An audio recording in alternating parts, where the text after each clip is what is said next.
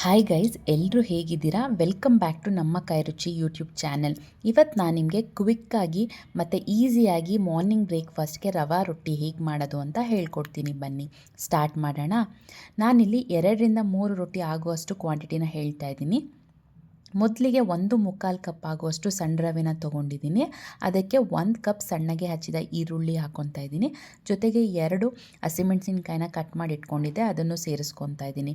ನಿಮಗೆ ಖಾರ ಇನ್ನೂ ಬೇಕು ಅಂತಂದರೆ ಇನ್ನೂ 1 ಮೆಣಸಿನ್ಕಾಯಿನ ನೀವು ಸೇರಿಸ್ಕೋಬೋದು. ಮತ್ತು ಸ್ವಲ್ಪ ಕೊತ್ತಂಬರಿ ಸೊಪ್ಪನ್ನು ಸಹ ಸೇರಿಸ್ಕೊತಾ ಇದ್ದೀನಿ. ಇದಾದಮೇಲೆ ರುಚಿಗೆ ತಕ್ಕಷ್ಟು ಉಪ್ಪು ಹಾಕ್ಕೊತಾ ಇದ್ದೀನಿ. ಇಲ್ಲಿ ನಾನು 1/4 ಟೇಬಲ್ ಸ್ಪೂನ್ ಉಪ್ಪನ್ನ ಹಾಕ್ಕೊಂಡಿದ್ದೀನಿ.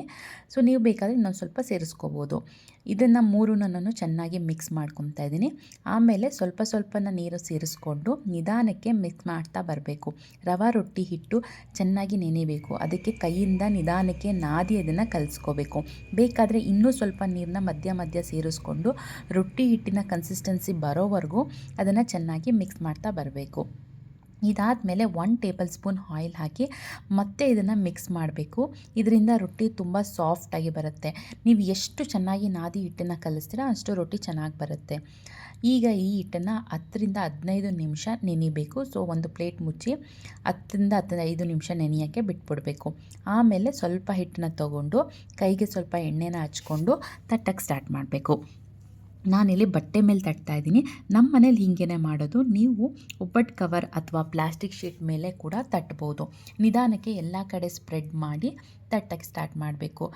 ಯಾವಾಗಲೂ ರೊಟ್ಟಿ ಒಂದು ರೌಂಡ್ ಶೇಪ್ ಬರೋವರೆಗೂ ನೀಟಾಗಿ ಕೈಯಲ್ಲಿ ತಟ್ಟಬೇಕು. ಈಗ ಒಂದು ಕಾವಲಿ ಕಾಯೋಕ್ಕೆ ಇಟ್ಟು ಸ್ವಲ್ಪ ಎಣ್ಣೆ ಹಾಕಿ ಅದು ಕಾದ್ಮೇಲೆ ನಾವೇನು ರೊಟ್ಟಿ ತಟ್ಟಿರ್ತೀವಿ ಅದಕ್ಕೆ ಹಾಕಬೇಕು. ಅದು ಹಾಕಿದ್ಮೇಲೆ ನಿಧಾನಕ್ಕೆ ಬಟ್ಟೆ ತೆಗಿಬೇಕು ಅಂದರೆ ಅದಕ್ಕೆ ಮೇಲೆ ಸ್ವಲ್ಪ ನೀರು ಹಾಕಿ ಸ್ವಲ್ಪ ತಟ್ಟಿದ್ರೆ ರೊಟ್ಟಿ ಎಲ್ಲೂ ಕಟ್ ಆಗದಂಗೆ ನಾವು ಈಸಿಯಾಗಿ ಬಟ್ಟೆನ ತೆಗಿಬೋದು.